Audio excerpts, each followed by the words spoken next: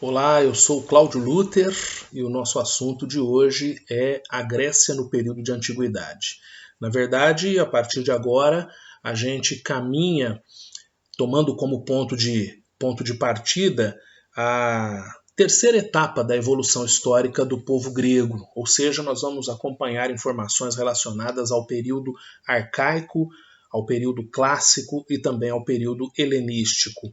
Muito bem, período arcaico, ele começa lá no 8º século antes de Cristo, estende-se até o 6º século também antes de Cristo, e é o período marcado pela ascensão das cidades-estado. Eu quero recapitular com você o seguinte fato: na etapa anterior, no período homérico, nós tivemos justamente o surgimento das primeiras cidades-estado. E agora, no período arcaico, o que nós temos é justamente o processo de ascensão, de desenvolvimento político, econômico, de organização social das cidades-estado. E o que é que provoca esse desenvolvimento? O que é que contribui para que isso aconteça justamente entre o 8º e o 6º século antes de Cristo? Não há dúvidas de que a ampliação do volume populacional foi acompanhada de atividades de ordem econômica que contribuíram muito para fortalecer as estruturas políticas e sociais das cidades-estado.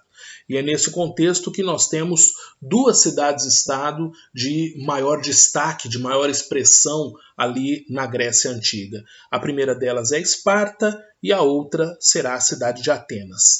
Vamos olhar primeiro para a cidade de Esparta. A cidade de Esparta esteve localizada na península do Peloponeso, uma península que está ligada à Península Balcânica, ou seja, uma península da península.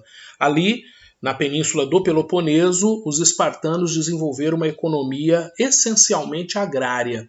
Mas, como eu disse a vocês lá no início do nosso assunto, planície fértil não é algo abundante na Grécia, né? na Península Balcânica de modo geral e na Península do Peloponeso também. Automaticamente, os espartanos, a partir de um determinado momento, buscaram complementar essa sua atividade econômica agrícola por intermédio de outras práticas. Tratando-se de uma cidade de perfil acentuadamente militarizado, os espartanos acabaram tornando-se exímios dominadores, conquistadores, e entrando em rivalidade com outras cidades-estado, era algo que lhes permitia, assim, ter acesso àquilo que pudesse suprir as necessidades econômicas que tinham. Foram colonizados pelos dórios, um daqueles povos de origem indo-europeia, justamente aqueles que chegaram em 1200 a.C., entraram em choque com a civilização creto-micênica e provocaram a primeira diáspora. Esta é a principal explicação para o perfil acentuadamente militarizado dos gregos nesse período de antiguidade, aliás, dos espartanos, melhor dizendo, nesse período de antiguidade. A característica política dos espartanos era o aristocratismo, portanto, uma sociedade aristocrática que preservava as decisões, que preservava o debate, que preservava a discussão política restrita às elites, restrita aos esparcíatas, que eram considerados os legítimos espartanos, né, descendentes lá dos dórios, eram os proprietários das melhores terras e acabavam exercendo, então, controle sobre a política ali em Esparta. A sociedade estava dividida em 3 camadas, então nós vamos perceber uma certa objetividade dos espartanos no que diz respeito à sua divisão social. Tínhamos os esparcíatas, que eram os legítimos espartanos, ocupavam o topo da pirâmide social, eram os proprietários das melhores terras, compunham a elite militar da cidade de Esparta.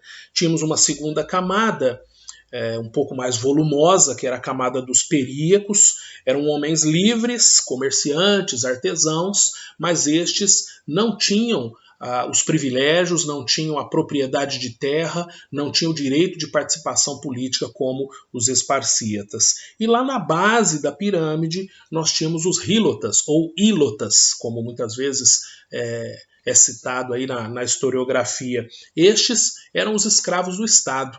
E você deve estar lembrado que a escravidão existiu na Grécia Antiga, assim como na Roma do período de Antiguidade, por conta de dois fatores. Portanto, eram duas as possibilidades para se escravizar alguém: a conquista, portanto, a dominação propriamente dita, e também as dívidas que fossem contraídas por alguém. Neste caso de Esparta, nós estamos falando de escravos que eram fruto da conquista. Eu volto a fazer referência ao acentuado perfil militarista dos espartanos, e isso lhes permitia dominar outras cidades-estado e, por consequência, trazer mão de obra como força de trabalho escravizada. A outra cidade-estado que merece destaque na história da Grécia Antiga é a cidade de Atenas, localizada na região da Ática, uma região um pouco ali ao sul, né, da Península Balcânica. Essa cidade foi colonizada pelos jônios e, por conta disso, ela acabou exibindo um acentuado perfil cultural. Portanto, a cidade de Atenas, diferente da cidade de Esparta, Atenas não era uma cidade de acentuado perfil militarista. Isso não significa que não tivessem um exército, isso não significa que não tenham desenvolvido práticas tipicamente militares. Mas o que a gente deseja evidenciar é que o perfil mais marcante era muito mais a cultura do que o militarismo. A economia, ela tinha na sua base a agricultura, mas ela logo voltou-se para atividades comerciais, portanto os atenienses valorizavam bastante as práticas de comércio, isso lhes permitia ter acesso àquilo que não era típico ali da própria localidade. Logo envolveram-se em uma atividade de comércio marítimo, portanto tinham contato ali com as ilhas gregas, a partir de um certo momento contato com a região da Ásia Menor e até com outros povos ali da antiguidade. É interessante observar que politicamente Atenas evoluiu de uma característica aristocrática para uma característica democrática. Então nós temos uma evolução histórica muito interessante. A política, que durante um período esteve restrita a uma minoria, a um pequeno grupo, aqueles que eram a elite, né, que estavam no topo da pirâmide social, a partir de um momento torna-se algo mais acessível àqueles que estavam em outras camadas, em outros estratos. E é válido nós olharmos então para a sociedade ateniense propriamente dita. Nós tínhamos aqui 5 camadas, e vamos perceber que a divisão então era um pouco mais complexa, menos objetiva do que aquela divisão existente lá em Esparta. No topo da pirâmide nós tínhamos os eupátridas, os bem-nascidos, aqueles que correspondiam à elite latifundiária, eram os proprietários de grandes extensões de terras, das melhores terras existentes ali em Atenas. E também apresentavam-se como descendentes lá dos primeiros pátrias, né, dos que comandaram os primeiros guenos organizados ali naquela região. Uma segunda camada, um pouquinho mais volumosa, porém numa posição, né, num estrato inferior aos eupátridas, era a camada dos demiurgos. Os demiurgos correspondiam àqueles que praticavam o comércio. A atividade comercial era de fato bem importante na economia, automaticamente essa turma ocupava uma posição, digamos, privilegiada na divisão da pirâmide social. Tínhamos uma terceira camada, que era a camada dos georgóis. Quem era um georgol? O georgol era a figura de um pequeno agricultor. Ele era proprietário de terras, mas as suas terras não ficavam na região de planície, ficavam muito mais nas regiões montanhosas, não eram terras de tão grande fertilidade. Automaticamente os resultados econômicos obtidos a partir do cultivo da terra nem se comparavam aos ótimos resultados econômicos obtidos pelos eupátridas, que eram os latifundiários proprietários das terras nas regiões de planícies. Nós tínhamos também os tetas. Os tetas eram trabalhadores livres, pessoas que trabalhavam por uma recompensa diária, portanto eram jornaleiros, né, trabalhavam por uma jornada e logo eram recompensados por aquilo, exercendo todo tipo de tarefa que exigisse uma melhor qualificação e que não pudesse ser exercida por um escravo propriamente dita. E lá na base da pirâmide nós tínhamos os metecos. Os metecos ocupavam o mesmo extrato social que os escravos. Os metecos eram estrangeiros que viviam ali na cidade de Atenas. E é interessante você observar que o sujeito considerado estrangeiro aí era o camarada de outra cidade-estado. Eu não estou falando de um cara que tivesse saído da Pérsia e ido viver ali na Grécia. Não é isso não. Estou falando de um cara que saiu de uma cidade-estado e foi para outra. Ele era considerado um estrangeiro. Então nós estamos falando aqui dos metecos, que estavam no mesmo extrato social, na mesma camada da pirâmide que os escravos. Lembrando que os escravos eram fruto de conquista ou então fruto de um endividamento, né? Fruto da execução de uma determinada dívida. Muito bem, foram estas as duas cidades-estado mais desenvolvidas ali na Grécia no período de antiguidade, as que habitualmente a gente toma como referência para entender melhor o modelo político, econômico e social dos gregos. A política ateniense, como eu disse a vocês, ela passou por um processo evolutivo. Nós tivemos aí, por intermédio dos vários legisladores, né, dos que elaboraram leis que vigoraram sobre Atenas, essa transição, né, da característica aristocrática para a característica democrática. Então nós podemos citar aí Drácon, Solon, Psístrato, até que nós chegássemos a Clístenes, que indiscutivelmente é o grande nome dentro desse processo de transição de aristocracia para democracia.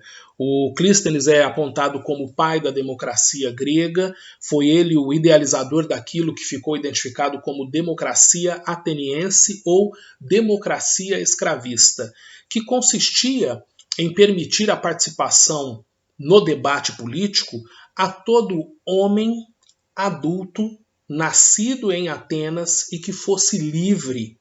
Portanto, vejam só que interessante, sendo homem, adulto, tendo nascido em Atenas e estando em condição de liberdade, o sujeito poderia participar dos debates políticos. Nós vamos perceber então aí a origem daquilo que torna-se o sistema, o regime, né, a ideia da democracia que posteriormente vai tornar-se aí predominante no mundo ocidental, como nós temos até os dias atuais. Essa democracia idealizada por Clístenes, ela foi apelidada como democracia escravista, justamente porque excluía mulheres, excluía estrangeiros, excluía escravos de terem a oportunidade, o direito de participar do debate político ali em Atenas. É claro que essa democracia foi sendo aperfeiçoada ao longo do tempo histórico, né? A democracia que nós temos hoje não é a mesma democracia que tivemos lá na Grécia do período de antiguidade. Nós saímos do período arcaico e entramos no período clássico. O período clássico ele começa no 6º século a.C. e estende-se até o 4º século também antes de Cristo.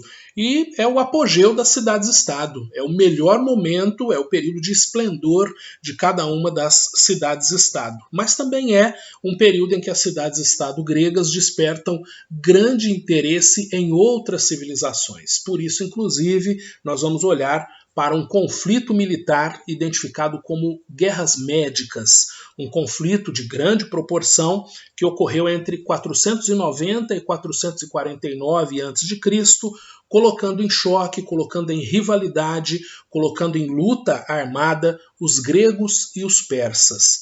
Quero lembrá-los que neste contexto a Pérsia já era um império e neste momento, sob o comando de Xerxes, o que se desejava era controlar não apenas a Ásia Menor, mas também o Mar Egeu e, por consequência, alcançar aí território da Península Balcânica, conquistando assim as cidades-estado da Grécia Antiga.